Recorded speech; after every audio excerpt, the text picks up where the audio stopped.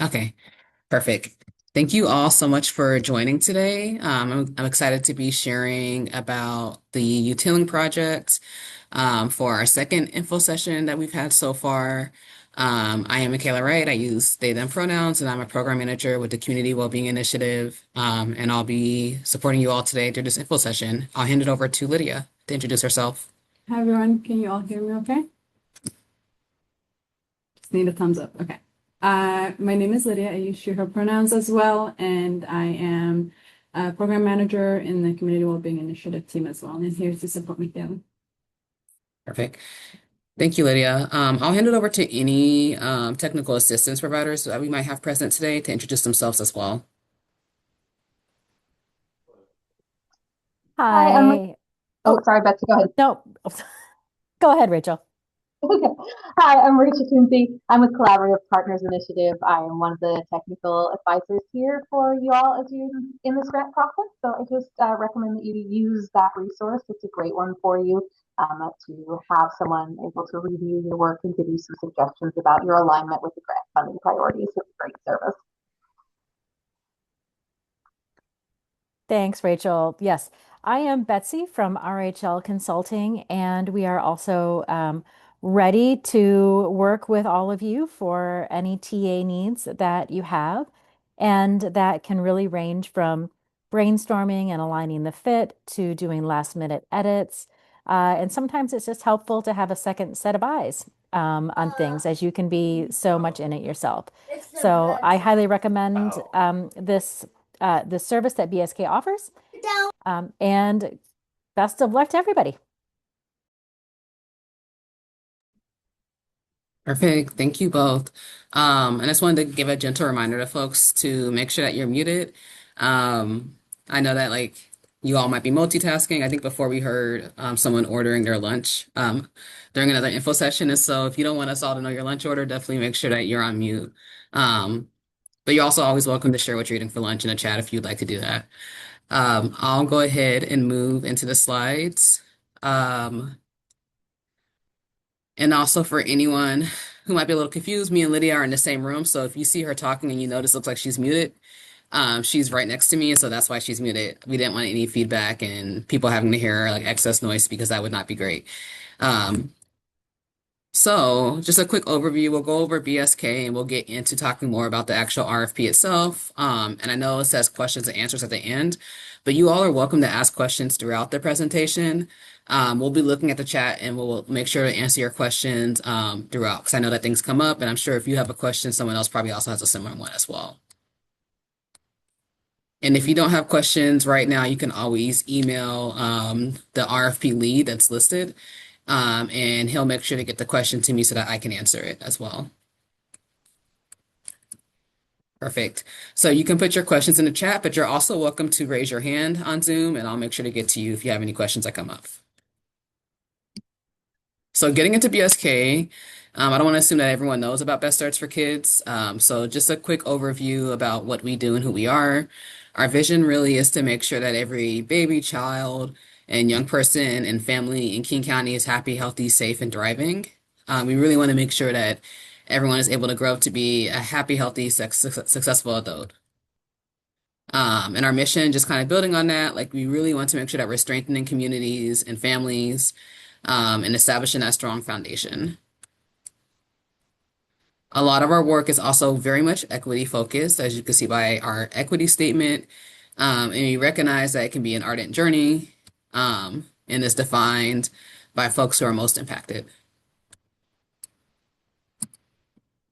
And this is just going more into our equity statement for anyone who might want more information around it and kind of just like in terms of how we approach equity. But we recognize that it's fundamental in terms of building the community that we would like to see of ensuring that every child and young person and baby is happy, healthy, safe, and thriving.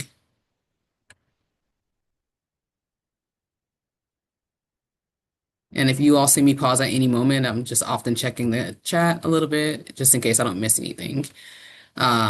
These are some of our principles for Best Starts for Kids. A lot of our work is very much promotion, prevention focused. We also focus on early intervention and policy and systems change. For the purposes of this RFP, the Youth Healing Project is very much focused on that promotion, prevention, early intervention side of things. So we recognize that youth well-being is very important, and we want to make sure that we're intervening before young people reach the point of crisis, and that we're really supporting their mental health overall.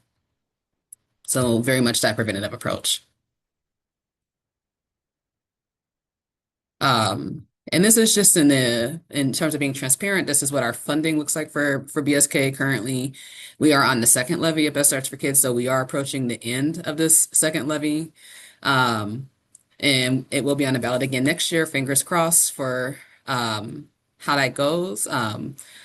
But it's based off of property tax, and so all of our work is funded by taxpayer dollars.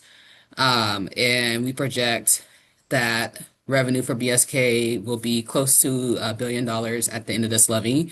And so that's what's been invested overall over the past 6 years. As you can see, a lot of the funds go towards childcare, but there are also a decent amount of funds going towards Sustain the Game, which is the section we're in, so that age 5 to 24. And then there's some funds, of course, going into other sections as well. And so we are in the Community Wellbeing Initiative in the Sustain the Gain section underneath the Liberation and Healing umbrella. And of course, these are some of the other services as well that focus in that 5 to 24 section. Some of them which you may recognize since there's some fairly large strategies that have been around for a while. And so getting more into what the Community Wellbeing Initiative is, we were originally started in response to COVID. We saw that there was a need for well-being and mental health supports that were coming up during COVID response. And so our team formed in public health and became part of Best Starts for Kids later. Our overall vision and goal really is to support community capacity to share resources and develop or deliver culturally relevant programming. And we really want to see that stigma reduction associated with mental health. A lot of our work very much is focused on supporting community and recognizing that community often holds the knowledge to support their mental health and their well-being, and we take more of a holistic approach. So we support mental health right from like whether it's like groups of young people meeting together and just supporting each other to whether it's like actual direct behavioral health services. We also really want to see that compassion, that connection, and that care in our communities. And so that's just a little bit about our initiative and what we do. We have multiple funding opportunities outside of the Youth Healing Project, including another project called Centering Diverse Healers, but we'll be focusing in on YHP, and I'll go ahead and hand it over to Lydia to talk more about what the Youth Healing Project is. Thank you, Michaela.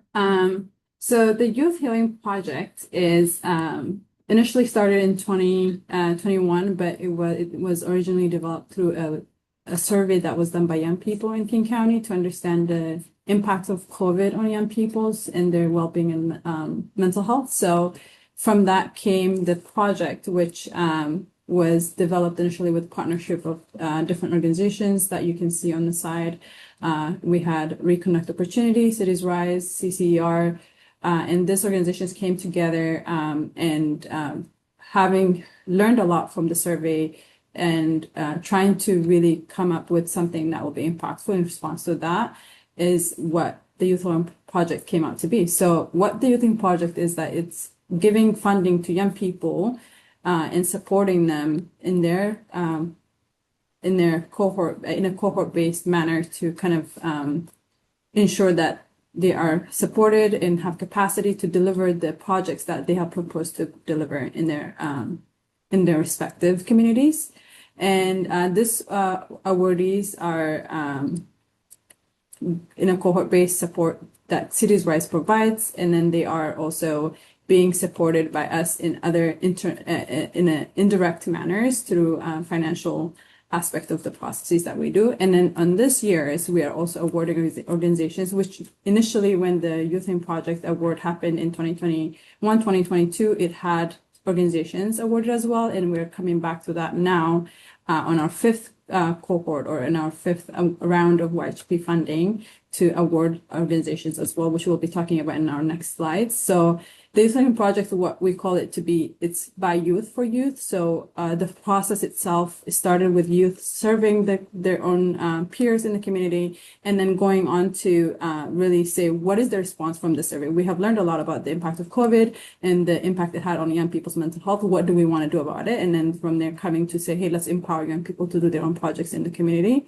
And from that, now we are kind of adding the other part, which is organizations that are working with young people. How can they also support other young people in the community to do their own projects as well? So in the next slide, I will talk about the two tracks that we have. If you want to go into the next slide, Mikhail, thank you. So the first track that we have is, which has been happening for the past since 2021, is the youth track. So the youth track is for young people ages 14 to 24. Those are the ages that we award.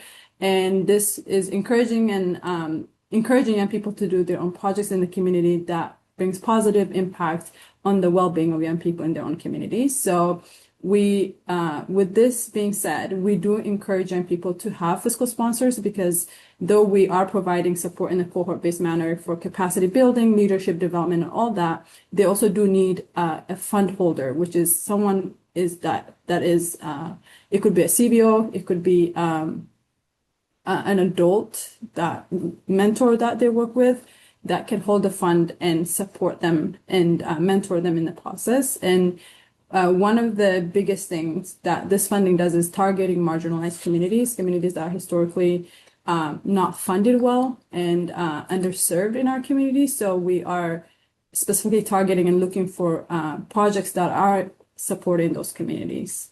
And as for our organization-based awardees, which will be 5 organizations for this cohort that we will be funding.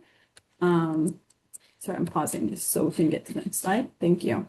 So the CBO organization-based track will be funding 5 organizations, and these organizations we're looking for organizations that are well suited to support youth leadership and mentorship. And we kind of put the spectrum or continuum that we're looking at is that, how are you engaging youth in your communities?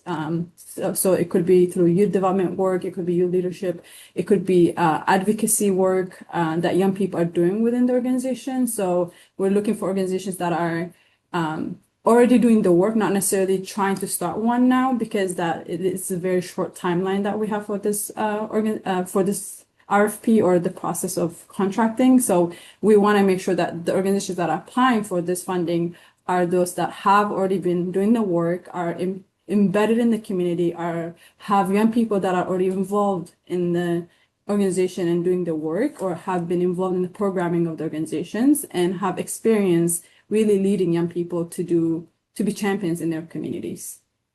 Any questions? Yeah, I see something in the chat.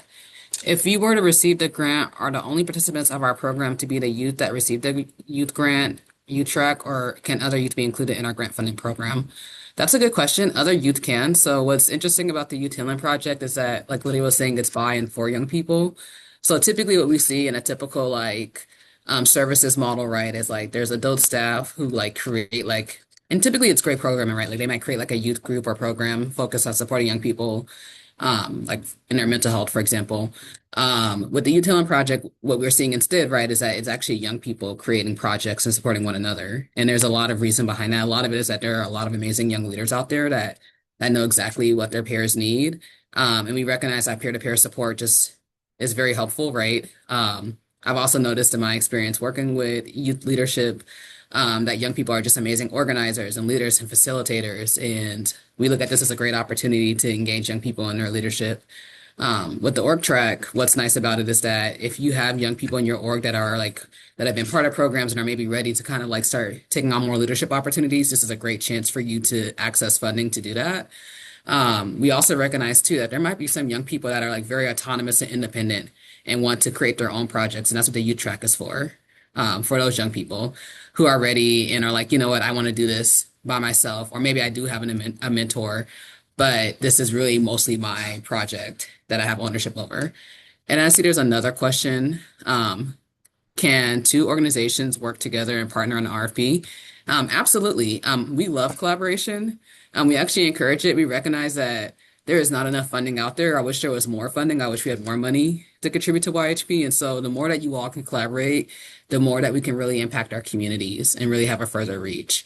Um, Another thing I'll add about the Youth Healing Project that's fascinating too is that we work with young people from the ages of 5 to 24. So if you have a project that's school age focused, you can also have that project. If you have young people who want to mentor younger youth, that is also absolutely a thing. And we've funded projects that are focused on younger youth before, and we do see that as an area that is often underrepresented. Like I think people often forget that kids between the ages of 5 to 12 exist, which is really sad because they deserve to have opportunities too. So that's also a group that we welcome. We just ask that the young people who are leading the projects be between the ages of 14 to 24. Okay, let me see what else is in the chat. Okay, thank you. Perfect. Yeah, hopefully I answered that question. If folks have other questions, feel free to add in the chat. And how does this connect overall with the larger BSK work? So this is located underneath the Community Wellbeing Initiative, which is underneath Deliberation and Healing Strategy, and we're in Sustain the Gain. For most people, this does not matter, but we just wanted to be transparent and let you all know how we're situated. We are focused mostly on prevention and promotion work and increasing the well-being of young people. Another big piece of YHP that I don't want to drop is that we do receive some funding from the Cannabis Tobacco Vaping Prevention Program as well as the Overdose Prevention Program.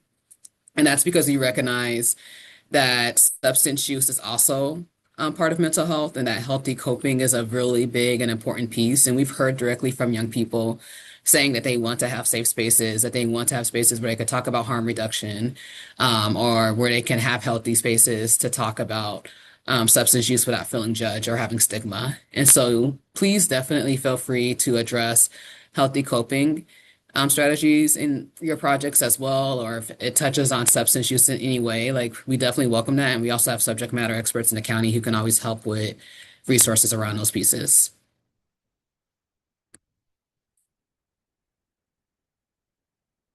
Okay, so funding that's available, and this is where it gets tricky, and you'll all notice on Agiloft that it kind of just like gives like a cap of $49,999.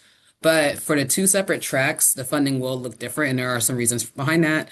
So for the CBO track, we have $250,000 set aside, and that's for all of the CBO applicants that are applying. There will be 5 awards. I know it's not a lot, which is why when I saw that question of should 2 orgs apply together, I was like, yes, please, actually, because we're not offering as many awards as we would like to. Since this is our first year doing the CBO track, we're still trying to figure out what it'll look like exactly, and so it's not as many awards for now. And like Lydia was saying, the timeline is fairly short. The contract period will go from October of this year until December of next year. And that's just because the current Best Search for Kids levy ends at the end of 2027. We don't know what renewal will look like since it'll be on the ballot next year. Fingers crossed that that all goes well. And I hope that, folks in community are advocating. There's not a lot I can say about that as a staff member, but all that to say, we only have until December 2027, which is why we also are encouraging orgs that already work with young people to apply because this is not enough time to start up a new project, right? Like it's much better if you already have like young people that you've worked with and young leaders that you trust and you're kind of ready to start putting some stuff together. And I know for orgs that work with young people a lot, the young people always have like a lot of amazing ideas, right? And maybe what you're lacking is just like the money to make that idea happen. And so this is a chance to really put some plans into motion that maybe you haven't had a chance to yet. The funding will only be up to $50,000. We know that's not a ton of money. We look at this really as funding that can help with like covering costs that you typically can't cover. Like if you already have funding that's covering like larger orgs stuff and work, this is a chance to really be able to say like, oh, now we can actually focus more on like mental health for this like shorter project. And one of the things that we request and want to see, and this is on the budget sheet for the CBO applicants, is that we just ask that you tell us how you are compensating young people for their time if they are leading parts of these projects. If staff are also being compensated, we like to see stipends or some sort of incentive for young people as well. It doesn't have to come from this funding source. If you have other funding that you're using to compensate young people, that's great. You can say that. But we just want to know and make sure that young people are also being honored in the work that they're doing. I'll pause. Definitely feel free to put any questions in the chat. before I move to the next one, which is focused on the youth track. There's one question. Yeah, see, so can the CBO track funding be applied to youth-led programs that currently exist, or does it have to be applied to a new program? No, it can go to programs that already exist. I know a lot of funders like to see new shiny things, but I am aware that there are a lot of organizations that are already doing amazing work that might already be aligned with what we're doing. And maybe what's happening is like maybe you don't have funding to keep that program going. And we want to see that amazing work happening. If you feel like the work that you're doing is already in line with YHP, then definitely apply. It does not have to be new programming. And I see there's a question of, so young people have to be leading the project. Can they be part of it in some other way? We like to see youth leadership because that's one of the core outcomes and goals from YHP. We try not to change the Youth Healing Project too much. Going back to what Lydia was saying earlier, it was created by young people. And one of the big things they said is that they really want to see youth leadership, right? And that little spectrum that we showed in terms of youth involvement, sometimes youth leadership might look like a young person completely creating, leading a project, or it might be that they're collaborating with adult allies. But if you have young people where maybe they're not quite ready to lead the project on their own, that's fine. Maybe it's a group of young people working with your staff to help co-design the project, right? But we want to see youth voice as part of the project in some way. And I see another question of, so they can receive cash, can they receive gift cards? Yeah, that's totally fine. If you receive funding, we will share more guidance around like how do you make sure to document that and like make sure you have a gift card log and that sort of thing. But yeah, it's totally fine if it's gift cards. Okay, so I'll move to the next slide. Sorry, my computer was being a little laggy there for a moment. So summary for the youth track. There are more awards available for the young people. I'm sure that's the first thing that jumps out. You'll also notice that it's the same amount of funding for both sides. So we know that on the CBO side, they might need a little bit more money because we're asking the organizations to basically support the young people who are supporting those projects, right? And that takes some staff capacity. With the youth track, it's an individual young person, or it might be a young person working with their peers and maybe a group. But the lift is not as heavy as what we anticipate. And so we're typically able to have smaller awards that fund a larger amount of young people because of the fact that it's focused on youth leaders. And we also recognize too that the timeline will look a little different. We usually try to follow a school year timeline a little bit more closely. But if the youth-led projects decide they do want to go until December of next year, they can. That's totally fine. But realistically, we anticipate most of the youth projects will be focused somewhere between October to probably June, even though the date says August. Young people, their lives shift really quickly. People can, go on to college or have other things coming up. And so because of that, we just give them a shorter timeline, knowing that the work might look different. They might be transitioning and moving on to do other things. So there are more awards. So that's something to think about. If you have young people in your org who you think are ready to step into like really leading a project on their own, and maybe you're not quite ready or don't want to lead teams of young people, I would steer those young people towards the youth track to apply. And the other added benefit is that young people who are part of the youth track will also receive support from our community partner Cities Rise, who does monthly cohort gatherings as well as monthly check-ins with mentors that they offer. So it's a really great opportunity for young people to get resources and development and also some funding as well.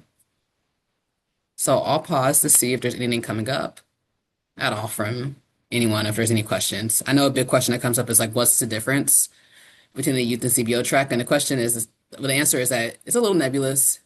It really kind of depends. And that's where I would encourage you all to talk to technical assistants to see what's the better fit.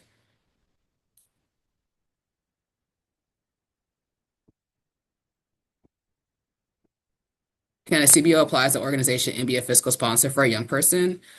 If it's two separate projects, I would say that's totally fine. You'll just have to be very clear and distinguish in that so that reviewers don't look at it as the same org getting funding twice, because the reviewers do not like that. And in the past, they have not given organizations funding twice because we get a lot of applicants typically for YHP. But yeah, you are more than welcome to apply in both tracks if they're separate projects. But the key word is that it has to be separate projects. It can't be the same work that you're funding twice. And then I see a question of, can my organization apply in the CBO path if you have participants who may apply in a youth track? Yeah, that's totally fine. Yeah, it looks like I did answer your question. Yeah, so yeah, that's totally allowed. Well, if you do receive funding, we'll talk about what that looks like in terms of like the contract and how that works. But yeah, just differentiating and making sure that they're not the same project that's getting funded. And will more than one person review the application? Yes. And we'll get more into what reviewing will look like in some future slides. But yes, we have a community review process for applications.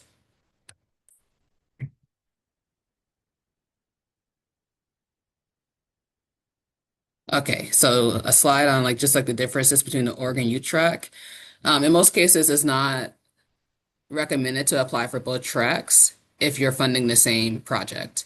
But if it's a different project, that's totally fine. And we're looking at it that way because my team has in the past actually ended up funding the same org twice. If you look at it from a perspective of a fiscal sponsor, an example is RVC, right? They fiscally sponsor a lot of local organizations. And so on paper, it looks like the same org, even though it's not the same org, right? Um, so the projects need to be radically different in order for you to apply twice. And we also recommend that you talk to TA so that you can make sure that you're picking the best fit.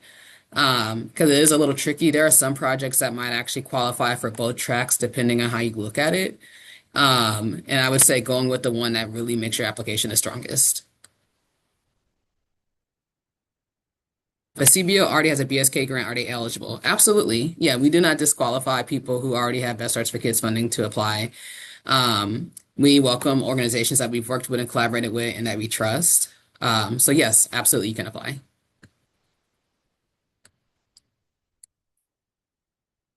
Okay, and so this is the timeline. The RFP has been out for roughly 2 weeks now. As you can see, we are now in the second info session, and after this, it'll just be reviewing recordings or like sending in questions if you have any questions. And the final day to submit questions via Agiloft or to initiate technical assistance will be July 17th. Proposals will be due July 21st. Something that's new this year is that Public Health has now switched over to Agiloft. I know DCHS was using Agiloft already. But for public health, it's new for us. And so please be sure to create your Agiloft account as soon as possible. It takes up to a week to get set up in Agiloft. And I don't want a situation where it's the day before and you go to create your application and you look and you can't create the application because it takes a week to set up your account in Agiloft. That would not be great for anyone. And I know that folks often wait and to the last moment to start to apply. I get it. I do. There's a lot of things coming up and there's holidays and all sorts of stuff and it's summer. But please, please, please create your Agiloft account as soon as possible, given that it takes them a week just to set up that account for you. And I see there's something in the chat. How does scheduling to talk with a TA work? Yeah, you can email them at their contact info. And also the blog announcement should also have their information as well. But yeah, you can always reach out to them. There should also be a website link as well, if anyone's able to put that in the chat. I can't right now since I'm sharing my screen. Yeah. But yeah, definitely reach out to TA. And so proposals will be reviewed for roughly a month, and we're hoping to notify folks around September. And your program start date will be October. So anyone who's worked with the county knows this. It takes a long time for us to actually create contracts. I am so sorry that the bureaucracy is the way it is. That does not mean you cannot start your project. So if we start working to create your contract and you don't see that contract until December, you can backdate all of your work. So any work that you start once we notify you that you have received funding, you can still be compensated for that. We'll just do back pay basically because we know that it takes a long time for contracts to be set up. So basically October is when you can start working on anything concerning a project, even if you don't see that executed contract until December. And I see in the chat there's a question of, is it possible to access the narrative and budget attachments while waiting for the Agiloft account to be created? I think it might be available in the blog announcement. If it's not, I'll talk to our communications folks to see if they can make that a possibility for folks.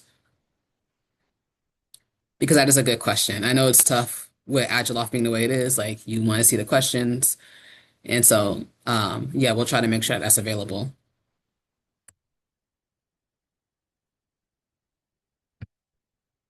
Okay, and so funding priorities. Um, And I think someone kind of asked a question that touches on some of these priorities. So this RFP is focused on mental health and healthy coping, connection, and well-being of young people.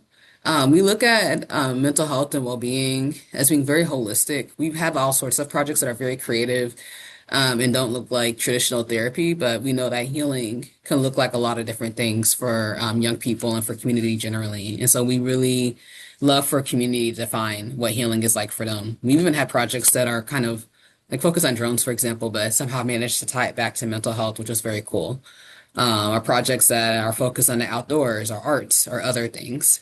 Um, we also do want to see that increased youth leadership, empowerment, and agency, even in the org track projects, because that's a core tenet and focus of the Youth Healing Project overall is making sure that young people are feeling empowered as leaders and being able to stand in their leadership.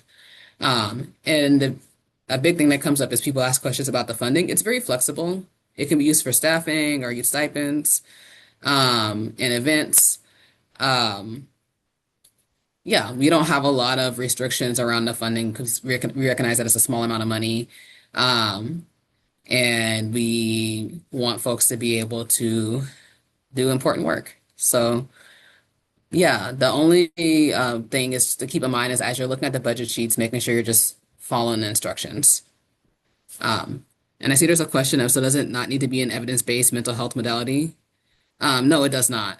Um, you don't have to do something that's like based off of like cognitive behavioral therapy or something like that, for example. It can be very holistic and focused on just supporting young people in their well-being. And there should be some examples too of what some of the projects have looked like, just to give you all an idea. So we've had projects that, were like focused on creating a coloring book that was focused on identifying emotions and violence prevention. We had a project that was focused on the arts and young people did gatherings, right? And listened to music and created graffiti, right? Because that felt like healing for them, which I thought was very cool that they were able to create a safe space to do graffiti. Just due to the fact that like graffiti can sometimes be a thing that young people can get in trouble for if they do it in spaces where maybe it's not allowed. So yeah. Um, we also had a newcomers club where it just supported like young people who are new to the US and connecting with one another and with community. And then we had some intergenerational projects as well, like the Marshallese canoe carving project, which young people connected with their elders and their heritage and carved a canoe and actually sold it, right? So they could connect back to their cultural traditions, which I thought was amazing. We've had projects that were focused on hiking. We've had podcast projects, like one that was focused on bringing awareness around chronic illness and sickle cell and connecting. Um, there's so many different sorts of projects that young people are able to do. We really welcome that creative approach. And it does not have to be evidence-based mental health. It can be just community gathering with one another. I think the biggest thing is defining what healing looks like for you all and making sure that it ties back to well-being in some way. Are the previously funded projects listed somewhere online? They are on the Best Starts for Kids blog. If we're able to, we'll try to drop some of the links in the chat so you can all see them. But there have been a lot of cohorts, so we might only be able to share the last couple of ones. Okay, so getting into data and evaluation, everyone's favorite topic. Um, and if y'all have any questions, definitely feel free to keep putting them in the chat. I'll try to go over this quickly. You do not have to have an evaluation plan as part of your proposal. We partner with our projects once they have received funding to create a performance measurement and evaluation plan. But we do welcome data in your applications. Like what we're looking at, right, is the story. And so as you're writing these applications, think about writing them kind of towards a community review panel. We'll get more into what that review panel looks like, but really identify your story. Like, what do you want to tell your reviewers about your organization in your program, in your community, and what data do you think will help illustrate that story? The other thing to keep in mind is that the questions are very short. YHP is a very easy, low barrier application intentionally because we target it towards smaller grassroots organizations and young people. And so we don't want to take up too much time from folks and have them go through this like very tedious application process. But knowing that, that means that you won't have a lot of space to put data. So like, don't make your applications too data heavy, but definitely feel free to put it in there if you think it would be helpful. There are word and character limits. I see there's a question around word and character limits. If you look at the narrative, most of the questions, I think have around like a 200 to 300 character limit. We also accept video applications, and so it's roughly around 2 to 3 minutes per question, which I think averages out to like about half a page if you were to do like the math on it. So using data in your proposal, you can use numbers, you can use stories, maps, or pictures even. And if you have a hard time finding data, you can use like the Best Search for Kids indicators. We do have a data dashboard. You can use King County data resources. You also might have your own data, right? Like maybe you have information that you'd like to share with us about the community you're in or the organization you're working with. And so you're more than welcome to share that data with us. And so reviewers value different kinds of data. Um, But once again, the data sources are meant to make it easy for you, right? But we don't want to dictate what you put in your applications. This is just like a mere starting point if you have questions. But technical assistance can also help you with figuring out data sources if that's something you're looking for as well. Okay, I'll pause to see if there's any questions about the data piece so far. Okay, so moving into the performance measures, 'cause I know some people like to kind of have an idea, even though you don't have to worry about that until you are awarded funding. But performance measures are submitted twice a year for Best Search for Kids through SurveyMonkey. These are just examples of what the performance measures may include. Like we just asked questions about, like how many people you're served, how many events. And then we also are like looking at that stigma reduction piece of young people feeling comfortable discussing mental health topics. And then we do a narrative report as well, and that's once a year and reported through SurveyMonkey. Okay, I'll hand it over to Lydia to share more about the review panel. Thank you, Michaela. And sorry. So somebody did ask earlier about who gets to review this application. So one of the cool things about this project, it being started by youth, for youth, we also focus on youth being the reviewers of this application. So we have an age range of 18 to 27. So youth, young adults that get to review these applications. We have criteria that are set up that we have each reviewers go through and kind of rate the applications based on the criteria and the questions that are being asked and answered.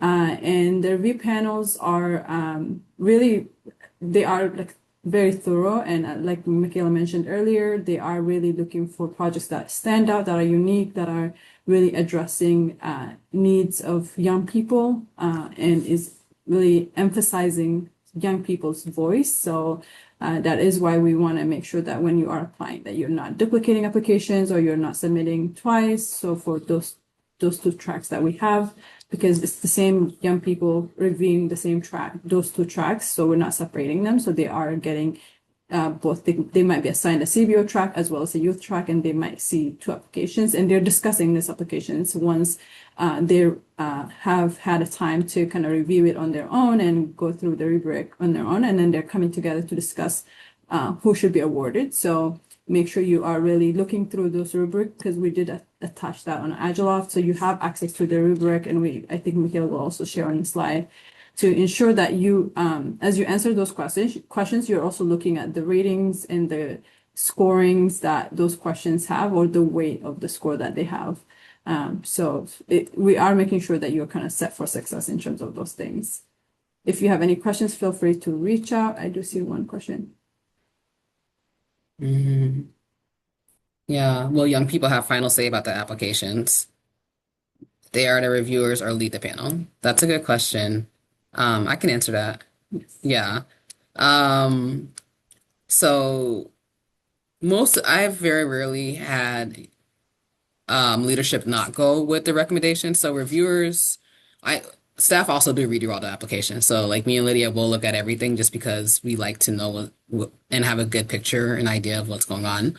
But we're just really there to help the process. The young people will make recommendations. We'll take those recommendations from them. Sometimes you might go back and talk more if it's harder to figure out like, okay, like, do we need to reconsider some things, right? Because sometimes things might get missed. We present the young people's recommendations then to our leadership. And technically, leadership is the one who has final say. So they'll say, yes, we agree with the recommendations. Or they might say, oh, actually, have you considered this? Like maybe you're missing this geographic region or this population or community in some way. That typically has never happened with YHP though, because young people are really amazing at reaching the entire county. And that makes a lot of sense, right? If you think about it, like young people aren't going to say, oh, I am only thinking about my one neighborhood. A lot of times youth are connected across the county, right? Like through like various networks and communities and groups and social media. And so generally we do a pretty good job. And so we've never had leadership say, no, we're not taking these recommendations. So I want to say with 95% certainty, the final decision does really lie with young people. I think one last thing we want to add, if there are any reviewers that are on this call, if you are applying, you can't be a reviewer. So just want to put that out there, just in case. Yeah, no, that's a good one to to remind folks, and it's very obvious why, right? Like, also, if you're a reviewer and you're like, actually, I work for this organization and I know everything they do, please like let us know because that's a conflict of interest. We'll just assign you a different application to review so that you're not biased in any way. I see a few questions popping up. Will leadership only review the ones young people recommended, or will leadership also review all applications? Leadership does not want to read all those applications. And honestly, not every program manager actually reads through every application. I just do because I love YHP and it's really cool to see all the applications that come through. But they just go based off our recommendations, honestly. And typically they're pretty sound because YHP has, when I look at the applications, most of them are actually usually really good. Like I very rarely see one where I'm like, why did this person apply? Like most of them are good, which makes it really hard. And for youth with fiscal sponsors, is there an indirect rate recommended for youth to include in their budget? Yes, around 15%. So if you're a fiscal sponsor for a young person, there's like a 15% like fee that we set aside just because we know that like it takes time to have to deal with contracting with the county. Maybe there's like office supplies that you're covering, all those sort of things. And so we do 15% to cover for that. And what if an organization is considered a review panelist? Yes, I did answer that question. So yes, just be sure if you are a review panelist to let us know, and we'll make sure that you are not assigned for the application. And that goes for any reviewer who's reviewing applications. If you have like financial ties or close ties to an org or a young person, please let us know. It happens all the time. I've had conflict of interest situations and I work at the county because we're all connected to community in some way, and we often know people in community or organizations, and so we just try to account for that. The 15% is included in the $9,999. And this also goes for the CBO track as well, like for the indirect, we typically do around 15%. I know you all might get a different answer depending on the BSK program manager you're talking to, and we recognize that as an issue. We're trying to figure it out and trying to be consistent. I'm going with the federal guidance, which says 15%, and I think is a much nicer rate to go with than say 10% or 12%. I'd rather do a higher number. I know how it is for nonprofits, and like there's not often a lot of funding for things that are really important, like administrative things. People think it shouldn't be funded, and I'm like, it absolutely needs to be funded so you all can actually do your work. Okay. And this is just the selection criteria. Like Lydia was saying, the rubric is also on Agilop, so you can actually see it as well. And this particular screenshot is also within the RFP document. And so this is what we go based off of. We do not deviate from this. We really are looking at these things. And as you'll see, the first three ones are weighted intentionally because we really focus on community voice, youth leadership, and youth mental health and well-being. Those are the biggest things that we really want to center. We also do want to make sure the project's realistic. So if you see a project that looks like you're trying to do a lot of things with not that much money, we might have questions. Or if it looks like you're trying to condense a lot of work into a short timeline, we don't want you to stretch yourself out or stretch yourself too thin. We also want to make sure that projects are creative and unique, and something that is helpful for young people. I'll pause because I see there's a question. Are admin overhead costs allowable in the budget?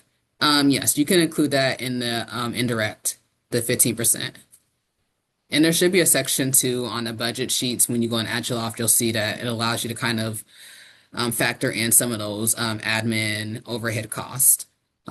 We made sure to carve out a section for that on the budget sheet. So we like to see creative and unique projects, right?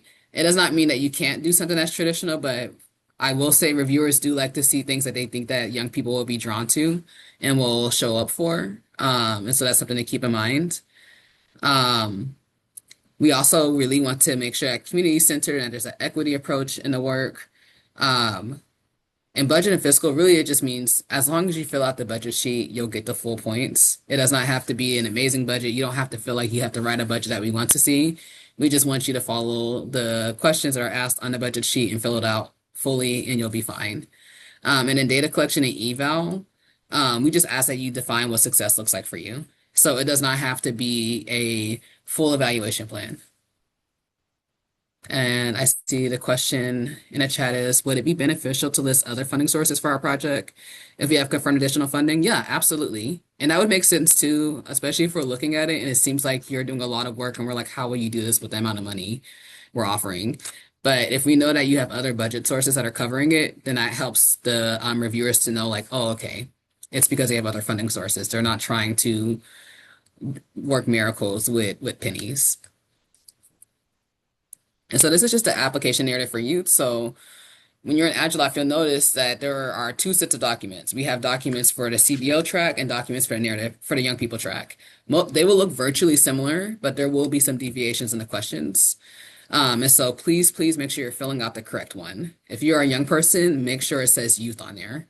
If you are a CBO, make sure it says CBO. We made sure to label it in multiple different ways, like on the document itself, and like the document name. Like we tried our hardest to make sure that it was very clear which document is which, so no one's confused. And it's just a quick like snapshot for folks to see. As you can see, most of the questions are focused on health and well-being. What community are you tied to? We asked for a timeline, like what your project is, how you measure success. And then like if you're a young person, we're just asking that you need like help with finding a fiscal sponsor because we can help with that. And also if you're an org on this call and you're like, I would love to serve as a fiscal sponsor for young people who don't have one, like definitely reach out to us and let us know and we'll put you down on a list to be a fiscal sponsor for young people who need that. And this is the narrative for the CBO track. As you can see, it's very similar to the youth track as well, with some variation to the question. So instead of asking like, what community do you represent? We ask, what community does your organization represent, right? So like slightly different wording, but very similar. The biggest difference is that we have a question in there about how have young people informed the project and how have you supported youth voice and mental health in the past. And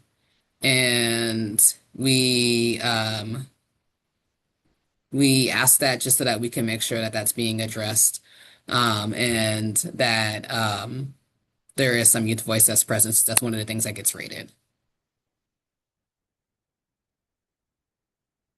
And so application tips, please be sure to read the instructions. Definitely reach out for technical assistance. TA has been so helpful in the past for YHP. And also shout out to TA. They're the reason why we accept video applications now because TA suggested it when we first ran YHP in the county. I thought it was amazing. We love the video applications when we do get them. And so definitely do video applications. We also consider it to be accessible for people who maybe writing is not the best way to communicate for them, but they really can tell a good story. Though it is not required, it's just one way to apply. We also encourage folks to apply as teams and to collaborate with other organizations or for young people to apply as groups collectively together if they would like to do that. Because we recognize there are a lot of ways to have a successful project. And of course, we love that creativity in projects. So budget tips, right? Like just make sure that you're filling out the document. That's really all it is. We try to keep the budget really simple. And other details, as you can see, we only have 8 to 10 questions that we ask. So not a lot of questions. Character limit is 300 words for each answer. Um, so not a super long response, but also enough that you should be able to answer the questions. And there's not too many attachments. We only ask for a summary document, a narrative document, and a budget sheet. And that's all you should need in order to apply. If you have issues, like if AgileOps starts glitching, which I'm sure it probably will because government websites and databases and things never work the way they should, you can always email Phil Thompson to let him know and just make sure that you have evidence and proof that you actually have filled out the application fully. Um, because as long as you reach out to him in time, your application should be considered if you're having issues with like getting things into AgileOps. And so funding requirements for young people under the age of 18, if you're not part of an org and you're going the youth track, you have to have a fiscal sponsor organization or an adult who can sign a contract for you because as a minor, we cannot legally contract with you. So you have to have a fiscal sponsor if you're under the age of 18. And then the requirements, if you do get funding, you'll have to attend monthly cohort gatherings if you're a young person who's applying. If you're a CBO, it's quarterly. There's also an initial meeting, of course, that you set up with my team. And then there's evaluation that's twice a year. And then we do a really fun year-end celebration that we always love, where you get to showcase your project and eat good food and celebrate together. And we just celebrate the projects. And so this is just a plug for TA again. Please reach out to TA for any support. TA is here to help. It's free. They're amazing. They've done a great job of helping previous applicants. And also can reach out to me too to clarify any questions they may have about things. So definitely use TA. They're not grant writing, but they can help you with reviewing your application and answering questions, and editing. And so I think that's mostly it. Um, you can email questions to Phil Thompson.